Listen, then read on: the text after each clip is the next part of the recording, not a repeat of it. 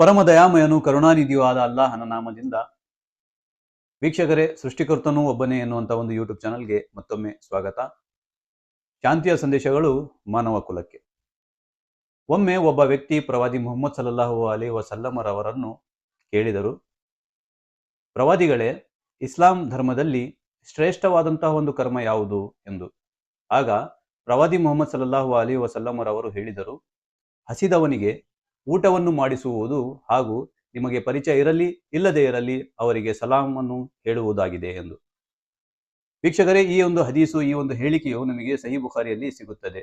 ಇದರ ಒಂದು ಸಾರಾಂಶವನ್ನು ನಾವು ನೋಡುವುದಾದರೆ ನಮಗೆ ಅರ್ಥವಾಗುತ್ತದೆ. ಹಸಿದವನಿಗೆ ಊಟ ಮಾಡಿಸುವುದು ನಮಗೆ ಸುಲಭವಾಗಿ ಅರ್ಥವಾಗುತ್ತದೆ, ಆದರೆ ಸಲಾಮನ್ನು ಹೇಳುವುದು, ಇದರ ಬಗ್ಗೆ ನಾವು ಸಂಕ್ಷಿಪ್ತವಾಗಿ ನೋಡುವುದಾದರೆ, ಅಸ್ಸಲಾಮು ಅಲೈಕುಂ ಎನ್ನುವ ಒಂದು ಪದಗಳಿಗೆ ಅರ್ಥ, ಆ ಸೃಷ್ಟಿಕರ್ತನಾದಂತಹ ಅಲ್ಲಾಹನ ಶಾಂತಿ, ದಯೆ, ಕೃಪೆಗಳು ಸದಾ ನಿಮ್ಮೆಲ್ಲರ ಮೇಲೆ ವರ್ಷಿಸುತ್ತಿರಲಿ ಎಂದು. ಇದರಿಂದ ಆಗುವ ಲಾಭಗಳು ನಮ್ಮ ಮೇಲೆ, ನಮ್ಮ ಸಮಾಜದ ಮೇಲೆ ಬಹಳಷ್ಟು ಇವೆ.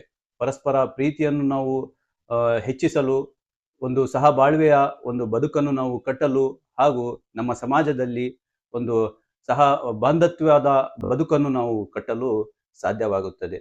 ಕೊನೆಯಲ್ಲಿ ಆ ಸೃಷ್ಟಿಕರ್ತನಲ್ಲಿ ಬೇಡಿಕೊಳ್ಳುತ್ತೇನೆ, ಆತನು ನಮಗೆ ಹಸಿದವರನ್ನು ಊಟವನ್ನು ಮಾಡಿಸಲು ಹಾಗೂ ನಮಗೆ ಪರಿಚಯ ಇದ್ದವರಿಗೂ ಇಲ್ಲದವರಿಗೂ ಸಲಾಮನ್ನು ಹರಡಿಸುವಂತಹ ಒಂದು ಸಾಮರ್ಥ್ಯವನ್ನು ನಮಗೆ ನೀಡಲಿ.